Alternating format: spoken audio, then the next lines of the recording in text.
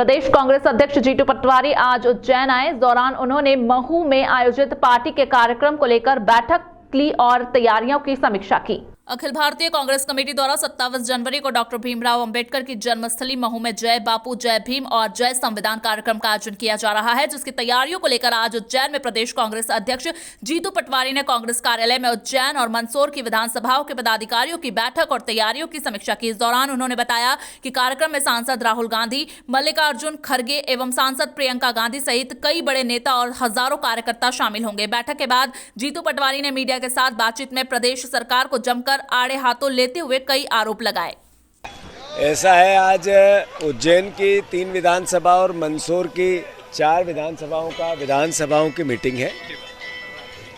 लगातार भारतीय जनता पार्टी संविधान का अपमान करती है, आरक्षण पे सवाल उठाती है। जो मोहन भागवत जी ने 3 दिन पहले अपना बयान दिया और ये कहा कि देश की आज़ादी 1947 में नहीं मिली थी, ये उन शहीद स्वतंत्रता संग्राम सेनानियों का जिनने देश के लिए शहादत दी, उनका अपमान है। राहुल गांधी जी ने कल इस मुद्दे को लेकर पूरे देश में जिस तरीके का एक मैसेज दिया कि आखिर इस देश को संविधान से चलाना है या तानाशाही ताकतों के हिसाब से चलाना है, अलोकतांत्रिक चलाना है।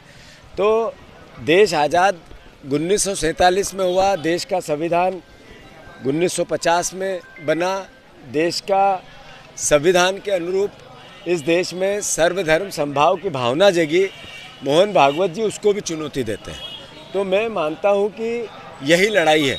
एक तरफ विचारधारा है जो प्रेम प्यार मोहब्बत की है, भगवान राम कृष्ण की है, पैगंबर गुरु नानक देव जी और हमारे गौतम बुद्ध की है। दूसरी तरफ भारतीय जनता पार्टी की कट्टरता की विचारधारा, इसके बीच में लड़ाई है। मैं मानता हूँ इसको लेकर महू में आयोजन हो रहा है, जिसमें जय बापू, जय भीम, जय संविधान, ये भावना देश के आम नागरिक को देश से प्रेम होना चाहिए, संविधान से प्रेम होना चाहिए। अपने अपने धर्म की जय हो पर संविधान की भी जय हो, ये भावना इस देश में जब तक नहीं बनेगी, मैं मानता हूँ ये देश सैकड़ों लाखों साल तक जो इसकी प्राचीन इतिहास है उसको हम दोहरा नहीं पाएंगे। तो फिर से राहुल जी आ रहे हैं 27 तारीख को महू, हमारे खड़गे जी आ रहे हैं, प्रियंका जी, सारे CWC के मेंबर आ रहे हैं। पूरे प्रदेश में सारे नेता उस कार्यक्रम की तैयारी कर रहे हैं। सारे हमारे संभागीय हमने इसके लिए प्रभारी बनाए गए सीनियर नेताओं को। और मैं उज्जैन की जनता को भी आह्वान करने आया हूं कि आप सबको भी प्रार्थना करने आया हूं, कार्यकर्ताओं को जो संविधान से प्यार करता है वो आमंत्रित है उज्जैन महू 27 तारीख को, बाबा साहब अम्बेडकर की जन्मस्थली। इसके लिए मैं आज मेरा आने का औचित्य बना है। पर साथ ही साथ जैसा मैंने कहा कि मुख्यमंत्री उज्जैन के हैं और मोहन यादव जी जब से बने हैं उनको प्यार है कर्ज से, क्राइम से, करप्शन से और कमीशन से। जब से ये मुख्यमंत्री बने आप देखोगे कि सोने के बिस्कुट जंगलों में मिलने लगे हैं। रोज़ लोक आयुक्त का काम होता है, कहीं छापा डालो और केवल एविडेंस मिटा। वो डायरी जिसमें नाम थे कि इतना बड़ा पैसा 2000 करोड़ रुपए इकट्ठे किए सौरभ शर्मा ने, वो डायरी है कहाँ? और वो सौरभ शर्मा कहाँ है जो लोकायुक्त के डर से भाग गया? दुबई में है, हिंदुस्तान में है, नेपाल में है, आखिर है कहाँ वो? तो आज तक 1 महीना हो गया।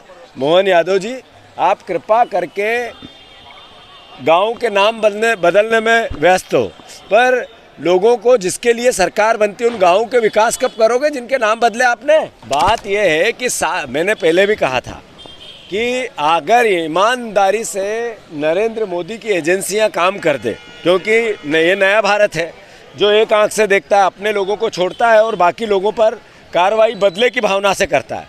अगर सही तरीके से जांच हो, पूरा मंत्रिमंडल जेल की सलाखों के पीछे होगा। गोविंद राजपूत तो बाहर रह ही नहीं सकता। एक आदमी गायब हो गया, उसकी हत्या का आरोप उसके परिवार वालों ने गोविंद राजपूत पर लगाया। फिर गोविंद राजपूत ने 100 बीघे ज़मीन 100 करोड़ से ज़्यादा की दान ले ली, वापस कर दी। कहाँ से आया था पता नहीं चला। फिर गोविंद राजपूत, ये सोना सौरभ शर्मा के तार गोविंद राजपूत से जुड़ रहे हैं, परिवहन विभाग से जुड़ रहे हैं। आखिर गोविंद राजपूत बाहर कैसे घूम सकता है? वो तो अभी तक जेल में होना था। हम आपको याद हो तो आज से 8 महीने पहले आए थे, आप ही लोग थे, आपने कवर किया था। मैंने कहा था मोहन यादव जी, अगर आप में थोड़ी बहुत भी मर्यादा हो तो उज्जैन से शराबबंदी करो। कहा था या नहीं कहा था? अगर 8 महीने में मोहन यादव जी को सुध नहीं आई, उन्होंने कहा नर्मदा के आसपास हम शराबबंदी करेंगे। एक भी गांव ऐसा जहां अवैध शराब नहीं बिकती है, ऐसा नहीं मिलेगा।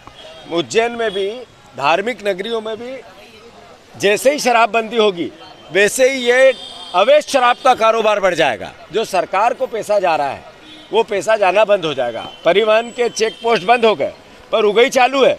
जो सरकार को जाता था वो बंद है पर नेताओं की जेब भरी जा रही है। ऐसी प्लानिंग मोहन यादव जी की चल रही है।